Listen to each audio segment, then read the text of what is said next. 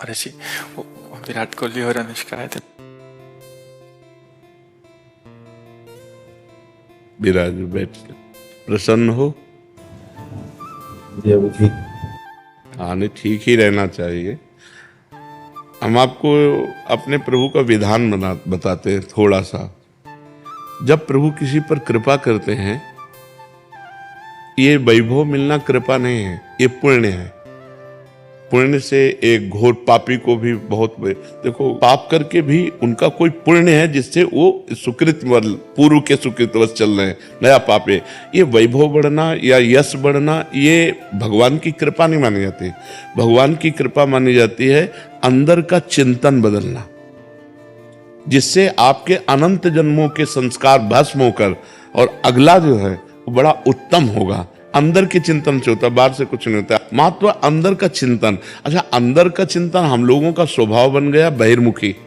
बहिर्मुखी मतलब बाहर, बाहर यश कीर्ति लाभ विजय, इससे हमको सुख मिलता है। अंदर से कोई मतलब नहीं रखता कोई विरला ही अंदर से। अब क्या होता है, भगवान जब कृपा करते हैं तो संत समागम देते हैं, फिर दूसरी जब कृपा होती है तो विपरीतता देते हैं, और फिर अंदर से एक रास्ता देते हैं। ये मेरा रास्ता है, ये परम शांति का रास्ता है, ये शांति का रास्ता नहीं। भगवान वो रास्ता देते और जीव को अपने पास बुला लेते हैं। बिना प्रतिकूलता के संसार का राग नष्ट नहीं होता। किसी को भी वैराग्य होता है तो संसार की प्रतिकूलता देखकर वैराग्य होता है। सब कुछ हमारे अनुकूल है तो हम आनंदित होकर उसका भोग करते हैं। जब हमारे ऊपर प्रतिकूलता आती है तब ठेस पहुंचती है कि इतना झूठा संसार, तो अंदर से भगवान रास्ता देते हैं। ये सही है। भगवान बिना प्रतिकूलता के इस संसार को छुड़ाने का कोई भी औषधि नहीं रखी। आज तक जितने बड़े महापुरुष हुए हैं, जिनका जीवन बदला है, उनको प्रतिकूलता का दर्शन करके बदला है। तो कभी प्रतिकूलता आए तो उस समय आनंदित हो कि मेरे ऊपर अब भगवान की कृपा हो रही है, कि मुझे सतमार्ग में चलने की प्रेरणा मिल रही है। अगर सतमार्ग छूटा हो, ये सब तो एक सेकंड के लिए आप विचार कीजिए। अब अपना सुधार कर लो, अपने जीवन को सत्य में ले आओ, तो अगला जो होगा वो बहुत जोर का होगा। चाहे जन्म हो तो श्रीवान कुलवान धनवान वैभव संपन्न ऐसे, और भक्ति की अनुकूलता, भक्ति की अनुकूलता। खास बात श्रीवान धनवान कुलवान नहीं, खास बात भक्ति की अनुकूलता। अगर इस जन्म में भगवत प्राप्ति नहीं हुई तो भगवान श्री कृष्ण ने गीता में कहा है कि मेरे भक्त का नाश नहीं होता। मैं कुलवान धनवान श्रीवानों के कुल में जन्म देता हूं और फिर पुनः भक्ति का माहौल देता हूं, और पूर्व का जो भजन छूटा हुआ हो वहीं से उसको। अब बिल्कुल ऐसे ही रहो जैसे रह रहे हो, बिल्कुल संसारिक बन करके रहो, लेकिन अंदर का चिंतन आपका बदल जाए। अंदर के चिंतन में आपकी यश की भावना न रह जाए, अंदर के चिंतन में आपको धन बढ़ाने की भावना न रह जाए।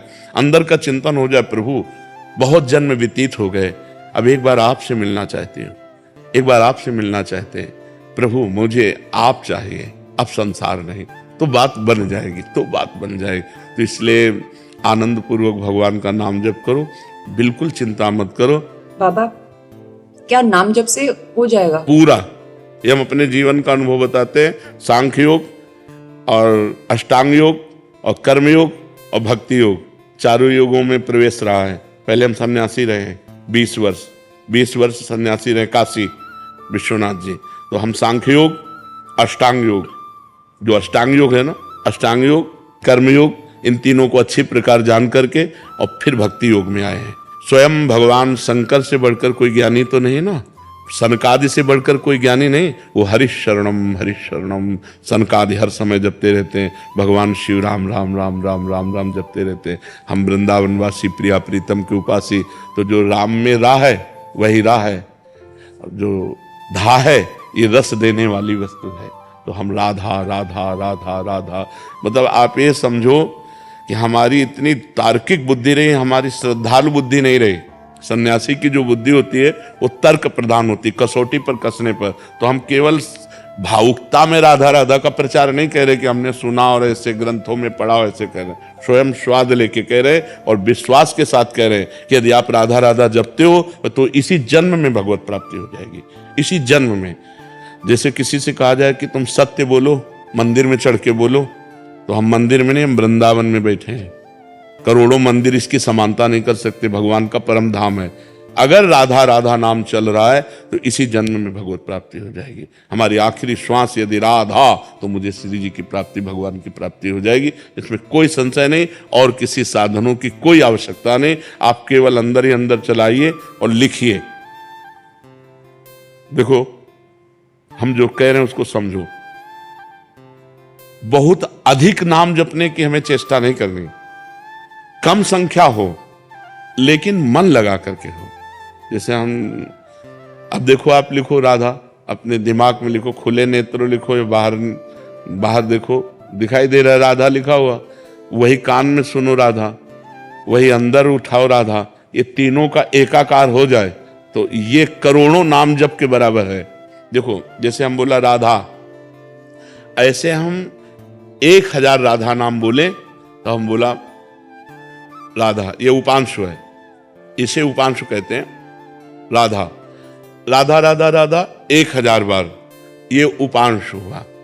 अब ये ऐसे उपांशु हम 10,000 बार जप करें, अंदर देखते हुए बोले राधा, उपांशु 10,000 बार नाम जप करने का फल एक बार मानसिक में है। इतना बड़ा फल है ये। ऐसे राधा राधा राधा चल रहा है, नेत्रों से हम उसे देख रहे हैं, कानों से उसे सुन रहे हैं। आप देखना कि अगर मन भगेगा तो आप लिख नहीं पाओगे राधा नाम, अगर लिख रहे हो तो मन भगेगा नहीं। तो चाहे 10 बार लिखो, 100 बार लिखो, लेकिन एक अभ्यास बनाओ ऐसा कि कुछ समय शांति से स्नान आदि करके बैठ गए और राधा राधा लिख रहे हैं, उसी का चिंतन कर रहे हैं। इसे अपना जीवन बना लो, फिर आप परिणाम में खुद देख लेना। कोई घाटे का सौदा तो है नहीं। ठीक है।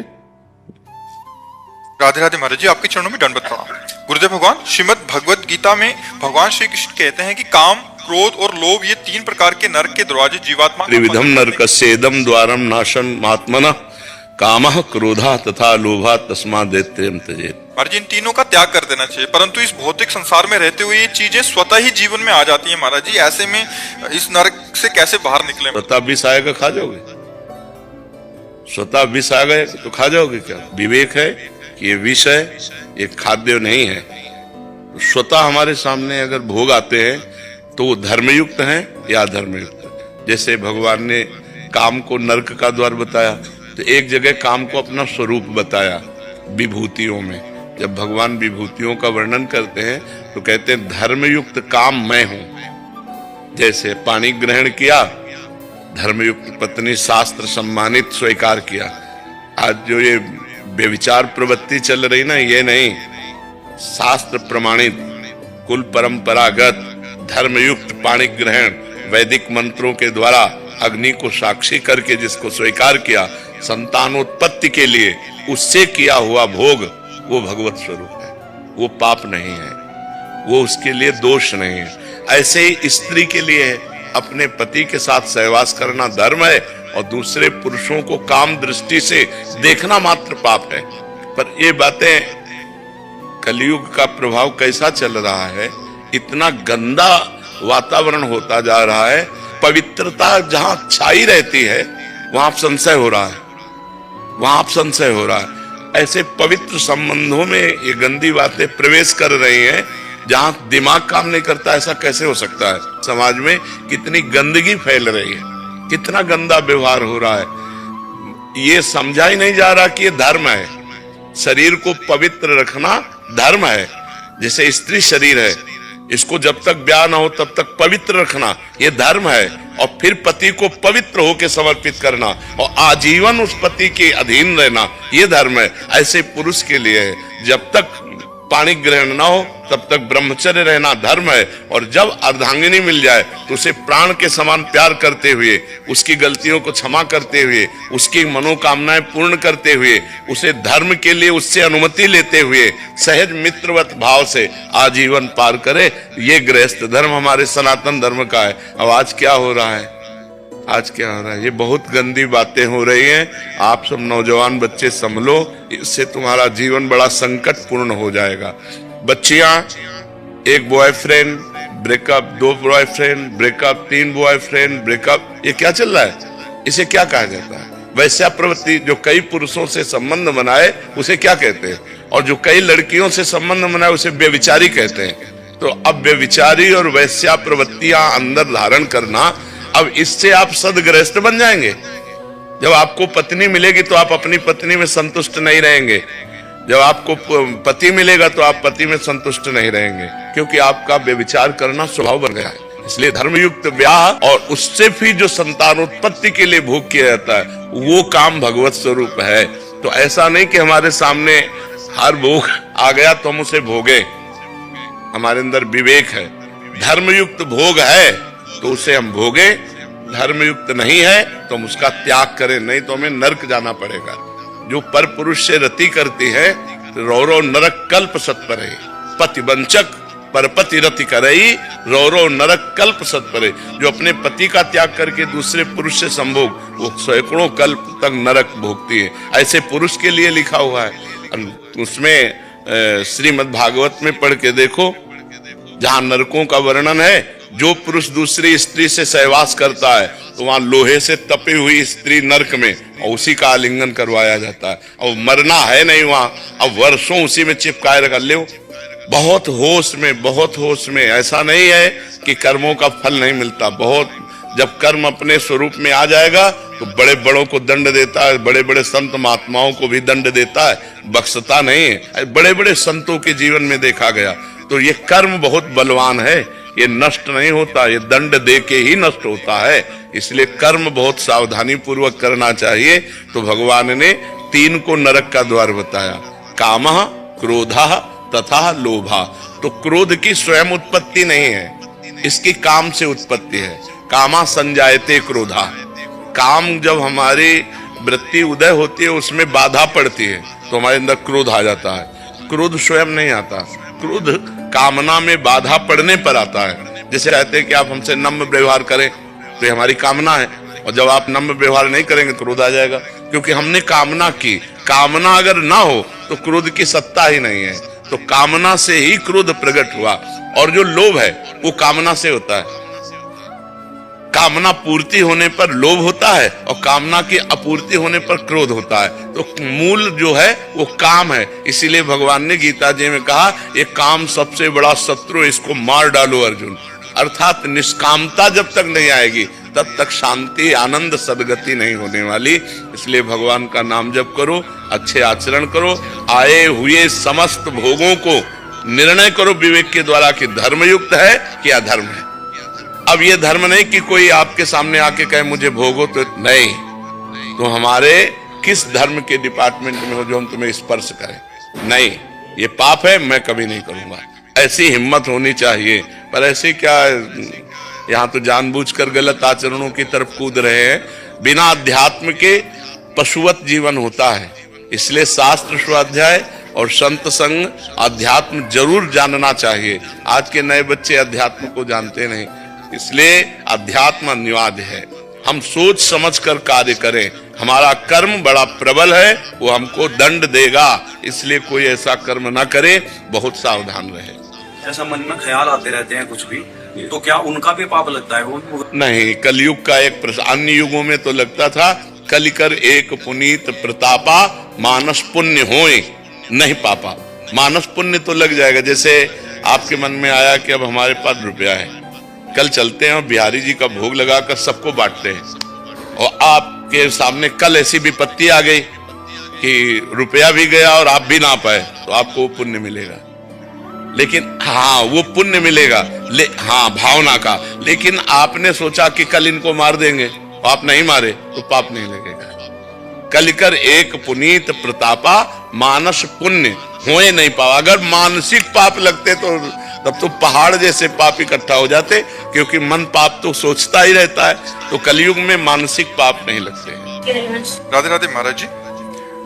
महाराज जी, मन व प्रत्येक इंद्रियों में जो अंधकार फैला रखा है वो समय नष्ट कर रहा है। हमारा इस दुष्ट मन को हम कैसे केवल प्रभु में ही लगाएं? जन्म जन्म जाते जा रहे हैं, पर महाराज जी किसी जीवन में प्रभु नहीं मिले आज तक। महाराज जी, इस जीवन में उनका नाम और इसको कैसे पकड़ूं महाराज? जब पकड़ा ना, क्या जबान भगवान ने दी, राधा राधा राधा राधा राधा राधा कान भगवान ने दिए, भगवान की चर्चा सुनो। आंख भगवान ने दिए, सब में भगवान की भावना करो। जैसे बिजली के बिना कोई यंत्र नहीं चल सकता, ऐसे भगवान के बिना कोई स्त्री पुरुष मनुष्य पशु पक्षी, इनमें जो चेतना है ये सब भगवान ही है। पर मन बहुत परेशान कर रहा है महाराज जी। मन परेशान कर रहा है क्योंकि मन को तुमने परेशानी जगह में लगा रखा है। अगर आनंद की जगह में लगाओ तो आनंद मिले। आनंद सिंधु प्रिया प्रीतम है, और परेशानी की जगह शरीर और संसार और भोग है, तो शरीर संसार भोगों में लगाओगे तो परेशानी पैदा होगी। प्रिया प्रीतम में लगाओगे तो आनंद प्रकट होगा। अब प्रिया प्रीतम में लग नहीं रहा क्योंकि बहुत जन्मों से संसार में लगा रहा है, तो अब प्रयास करो। मनुष्य जन्म मिला है, प्रयत्न मिला है, आप उठते बैठते चलते फिरते राधा राधा राधा राधा जपने की कोशिश करो। चतुरासी जी का पाठ करो, श्री जी की सेवा विराजमान करो, पवित्र आचरण रहे, शरीर पवित्र रहे और आचरण पवित्र रहे। अभी मन आनंदित होने लगेगा। अब गंदे आचरणों में मन जा रहा है और हम उसे छूट दिए हैं, और जो मन आता है वो करता है, जो मन आता है हम खाते हैं, जैसे मन आता है वैसे हम जी रहे हैं, तो मन शांत तो रहेगा ही। मन के अनुसार नहीं चलना, धर्म के अनुसार चलना है, प्रभु के अनुसार चलना, तभी शांति मिलेगी। महाराज जी, असंग कैसे रहा जाए, इसके क्या नियम है? मतलब इनका डिवोर्स हो गया महाराज जी, उसके बाद जीवन में असंग रहने मतलब चाहते हैं कि मानसिक और आध्यात्मिक उन्नति होती रहे उनकी। और आजकल के मॉडर्न जमाने में कैसे महाराज जी इसको? जब तक हम अंतर्वृत्ति को भगवान से नहीं जोड़ते हैं तब तक असंगता हो ही नहीं सकती, क्योंकि मन किसी न किसी वस्तु व्यक्ति स्थान का आश्रय लिए बिना रह नहीं सकता। इसका स्वभाव है, ये आश्रय लेके ही रहेगा। देखो आप शांत होके देखो तो कोई व्यक्ति चल रहा है दिमाग में, या कोई वस्तु, या कोई स्थान, या कोई घटना, या कोई परिस्थिति, वो आश्रय लेकर उसका चिंतन करता रहता है। तो इसके इन आश्रयों का जो पूर्व में आश्रय लेकर अपने अंदर कैसेट बना लिए, जब हम नाम जप करते हैं तब तो हमें खोल के दिखाता है कि ये कमाई है हमारे पास, तो हमें उसे डिलीट करनी है और नई होने न पावे। इसके लिए हमें हर समय नाम जप करना है, अंदर से वृत्ति जोड़नी है। अब बाहर से अंगुली से माला चल रहा है और जबान चल रही मुख में और मन चल रहा है संसार में, तो भी असंग नहीं हो पाए। मन मैयासक्त मनाह पार्थ, भगवान ने कहा मेरे में आसक्त मन वाला बने। तो भगवान की जब हम लीला कथाएं सुनते हैं, जैसे भागवत का 10वां स्कंद है, हम स्वयं पढ़ें, हम खूब कानों से सुने, भगवान की लीला कथाएं सुनते हैं, भगवान का नाम जप करते हैं और भगवान के मार्ग में चलते हैं, तो हमारे अंदर एक पावर आता है, भागवतिक पावर, उससे हम असंग रहते हैं। हमें अच्छा ही नहीं लगेगा। ऐसे लगता है कि मैं अकेला हूं, कोई तो मेरा होना चाहिए, ऐसा लगता है ना, सबको लगता है। जिसके हम गोद में सर रखकर चैन से सो सके वो केवल भगवान है, नहीं तो संसार कपटी है। ये पाए जान जगत में सब जन कपटी कुटिल कलयुगी टंच। ऊपर से क्या है अंदर से क्या है जान पाना बड़ा कठिन है। ऊपर से कुछ और भाषा है और दिखावा है, और अंदर से बहुत और दिखावा है। तो एक है जो भीतर और बाहर दोनों से एक है, वो भगवान है। भगवान का हम आश्रय लें, जिससे भी मिले हमारा पवित्र व्यवहार होना चाहिए, गंदा आचरण नहीं होना चाहिए। कोई हमको गाली दे तो हम सुन के सह जाएं, हम किसी को पलट के गाली ना दें, और नाम जप करें तो धीरे धीरे हमारे अंदर अध्यात्म की वो योग्यता आएगी जिसे असंगता कहते हैं। असंगो हम पुरुषा, मैं असंग हूं, यह ऐसा अनुभव होगा, क्योंकि वास्तविक हम असंग हैं। हमारा जो स्वरूप है वो असंग ही है। वो कभी पर वो स्वरूप जो है गलती कर बैठा, देह को मैं मानकर, अंतःकरण मन बुद्धि को मैं मानकर वो फंस गया। इसलिए नाम जप करो, भगवत चर्चा सुनो, सत्संग सुनो और अच्छे आचरण करो, पवित्र आचरण करो, तभी असंगता है। गलत आचरण करे और अध्यात्म की बातें करे, वो बातें बातें केवल है, जीवन में प्रकाश नहीं होगा। अगर जीवन को उन्नतिशील बनाना है, बढ़िया सुखमय जीवन व्यतीत करना है, तो गंदे आचरणों को पहले रोको। जो पाप आचरण है उनको रोको, अच्छे आचरण करो और नाम जप करो। बाबा इसका बल आपको नहीं, ये बल जो हमें जहां से मिला है वही खजाना तुम्हें दे रहे हैं। मान लो हम कह रहे राधा राधा जपो, भगवत चर्चा सुनो, तो इसी से तो हमें बल मिला है। जिस बल से हम टिके हुए हैं वही बल हम सबको दे रहे हैं। अगर इस बल को आप स्वीकार करें तो लंबे समय में आप खुद अनुभव करेंगे कि आपके अंदर कैसी क्षमता बढ़ रही है, आपके अंदर कैसे भाव बढ़ रहे हैं। राधे राधे महाराज जी। महाराज जी, क्या नाम जप से मनुष्य की मतलब मेरी रजोगुण की प्रवृत्ति बदल सकती है? अरे रजोगुण की बात क्या, रजोगुण तमोगुण तो नष्ट ही हो जाएंगे और सतोगुण से ऊपर त्रिगुणातीत अवस्था प्राप्त हो जाएगी। नाम जप निरंतर जप का अभ्यास बढ़ जाए तो यह लब्ध्वापमान सिद्धो भवति अमृतो भवति तृप्तो भवति। जो सिद्ध हो जाता है, जो अमृत पान कर लेता है, जो तृप्त हो जाता है, वो नाम जापक। नाम जाप, नाम में समझते हो बड़ी अपार सामर्थ्य नाम भगवान में विराजमान। बड़े भाग्यशाली हैं जो निरंतर नाम जपने का अभ्यास लेते हैं। और नाम जप आनंद मिले ना मिले, सुख मिले ना मिले, लाभ मिले ना मिले, इसकी कोई परवाह न करके एक ड्यूटी बाई जब करे तब जाकर सातु दीर्घ काल निरंतर सत्कार सेवितो दृढ़ भूमि। जो दीर्घ काल तक आदर सहित नाम भगवान का निरंतर जप करता है वो दृढ़ भूमि, वो सिद्ध हो जाता है, वो भगवत प्राप्त हो जाता है। पहले नाम जप में अभ्यास के द्वारा ध्यान लगाना सीखे। सही जप, हाथ में माला चल रहा है, जबान में नाम चल रहा है, मन संसार में घूम रहा है, अभी सही जप नहीं हुआ। सही जप हुआ माला हो या ना हो, जबान चले या ना चले, मन के द्वारा हमारा नाम जप। पर ये बहुत ऊंचाई की बात है, इसलिए नए साधकों को घबराना नहीं चाहिए। नहीं, क्लास बाय क्लास है, भूमिका है, नाम जप की भूमिका है। तो हमें प्रथम भूमिका में चाहिए कि जिह्वा हिलाते हुए नाम जप करें और जहां जहां मन हमारा जाए वहां से हटाकर नाम में लगाएं। बार बार ये अभ्यास करें और जहां जहां मन जाए वहां भगवान को देखने की चेष्टा करें कि वहां भी परमात्मा विराजमान। कोई भी वस्तु, कोई भी व्यक्ति, कोई भी स्थान ऐसा नहीं जहां परमात्मा न विराजमान हो। तो नाम जप करते करते दो अभ्यास करें। एक तो जहां जाए वहां से हटा के नाम में लगावें, और एक जहां जाए वहीं भगवान को देखने की चेष्टा करें, वहीं परमात्मा को देखने की चेष्टा करें। धीरे धीरे हमारा मन, ये हम नहीं कह रहे कि तुम 2 महीने में सिद्ध हो जाओगे, 4 महीने में।